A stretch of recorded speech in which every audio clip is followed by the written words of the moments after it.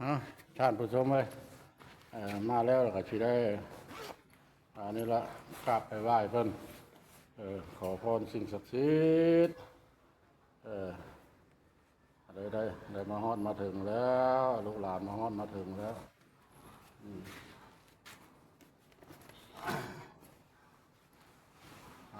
อันนี้เลยที่เอาวันเกิดเนาะ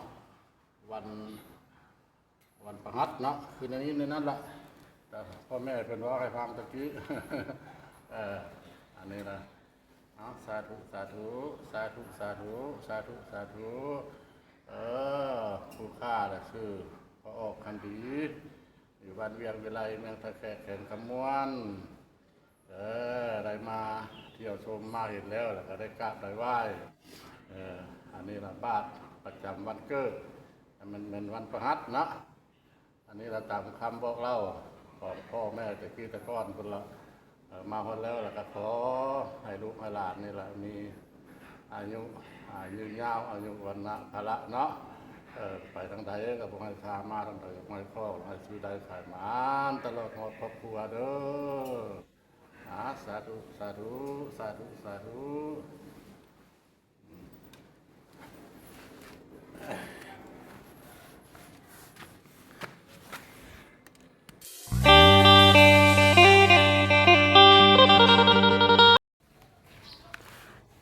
ทักทายสบายดีมื้อนี้อีกเป็นมื้อนึงเนาะของวันที่11เป็นบรรยากาศยามแรงปัจจุบันนี้ก็อยู่ราวๆ3 โมงปลายเนาะ4 โมงยังทางพระบานพระล่อเลยสิได้ไปขึ้นถ้ำเนาะถ้ำผาสร้างนี่แหละกายไปกายมากายไปกายมากับบริสุทธิ์เวจากเทื่อนมีแต่ไปบนอื่นบนฮือหลายปีละ2 ปี3 ปีแล้วบ่ได้เข้าไปเบิ่งเนาะว่าเป็นโมรณะเนื้อใดคือเก้าหันบ่หรือว่าเพิ่นเฮ็ดเนื้อใดเนาะไปเบิ่งพร้อมกันเลยท่านผู้ชมคือละนี่ละผ่าตัวนี้ละเพิ่นว่าทำสร้างหันเนาะท่านผู้ชมเลยสิเริ่มขึ้นถ้ำแล้วเนาะอยู่ปากถ้ำนี่แหละเพิ่นเฮ็ดนั่นเด้ออยู่ปากประตูคงเลยเด้อวัดบ้านวัดทำสร้าง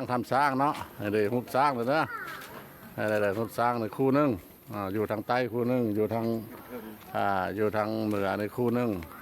คือว่าเดี๋ยวมาฮอดแล้วทำสร้างบ้านถ้ำมาฮอดแล้วอันนี้ก็ยามถึงฤดูปีมาเนาะประเภทสงกรานต์เพิ่นกันวันนี้เพิ่นก็สิมาเฮ็ดเป็นแบบหับตอนนักท่องเที่ยวมาแต่ต่างประเทศเนาะภายในเรียกว่ามาแต่ต่างเมืองต่างแขวงมาพักมาเศร้าเต็มมานี่ละยามเพิ่นเฮ็ดบุญเดือน5เด้อกุศลสงกรานต์เมื่อละมาฮอดแล้วทำสร้างบ้านสร้างบ้านซ้ำเด้อบ่าวแปลงกำลังเพิ่นสิเป็นผู้นำทางขึ้นอยู่นะเป็นผู้นำทางขึ้นทานผู้ชมเลยสูงได้เนาะสูงเติบได้นั่นแหละบันไดทางขึ้นเด้อบันไดทางขึ้นมาฮอดโถนแรกเนาะโถนน้ำอิฐยี่ลุ่มนี่ละอยู่ในกระโตปากถ้ำนี่ละเพราะกับมีพระพุทธรูป2 องค์นี่นะองค์หนึ่งยืนนี่องค์หนึ่งยืนองค์หนึ่งละนั่งอยู่เรายังจะได้ขึ้นไปเถอะว่าสูงเพิ่นละจังสิฮอดถ้ำสร้างเด้ออันนี้แหละพระพุทธรูปธรรมดาสีพาท่านผู้ชมไปเบิ่งอิ่วเบิ่งหลาเนาะเพิ่นอนุรักษ์ไว้แต่ที่ตะกี้ละทำนี่เพิ่นว่าทำนางเพียงบ่โอ้ยลืมถามเพิ่นละ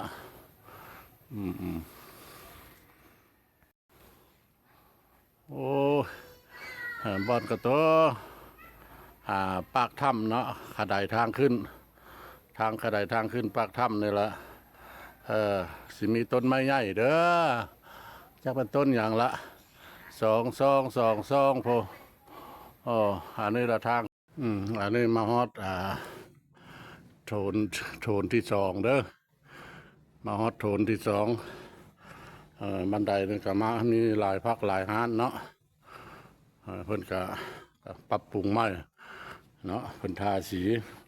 บันไดมันบ่คักบ่แน่เพิ่นก็อันนี้ละขากลับลงมาพุ่นขากลับลงมาพุ่นละถือว่าสิพาท่านผู้ชมไปเบิ่งถ้ำนางสีดาเนาะซื้อเพิ่นนางสีดาทางสีดา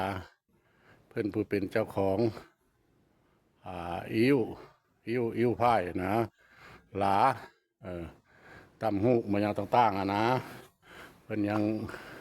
เอาขึ้นมาไว้อยู่พี่อยู่ลุ่มบอนหน้าทางขึ้นนี่แหละมันเป็นวัดเพิ่นวัดของนางสีดาสมัยเตยกีแต่ก้อนคาบูฮานพุ่นละอันนี้แหละที่ทางขึ้นทำสร้างเนาะไปเบิ่งพร้อมกันเลยอันนี้เราขึ้นมาฮอดเทิงถ้ำแล้วเด้อเทิงถ้ำเราได้อยู่กับโต๊ะปากถ้ำเราถ่ายมุมสูงให้ท่านผู้ชมหูเห็นละพุ่นละหลังคาเฮือนพ่อแม่ประชาชนทงให้ทงนาพอเป็นซ้ำนี้ละขออนุญาตนำอุปกรณ์ของประบ้านพระลอกมันบ่ทันสมัยเนาะราคาทึก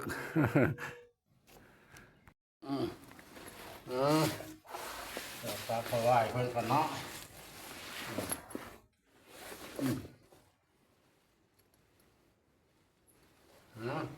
สาธุสาธุ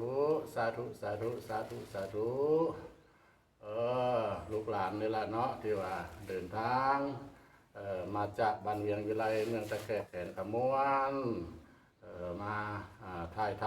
ำให้แขกให้คนแขกต่างดาวข้าวต่างไก่มาแล้วก็มาขอกราบขอไหว้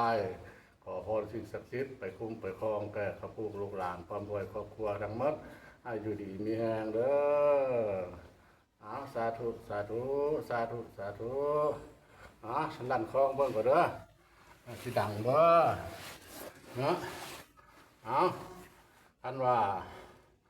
โชคชะตาวาสนาของพระบ้านพระเลาะเนาะว่ายังสิอยู่ดีไม่แห้งอายุมั่นขวัญยืนหรือว่าสีมือชื่อเสียงโด่งดังคือคล้องคือกองเนี่ยละขอให้คล้องนี่ดังม้วนๆดังแห้งๆเด้อสาธุสาธุ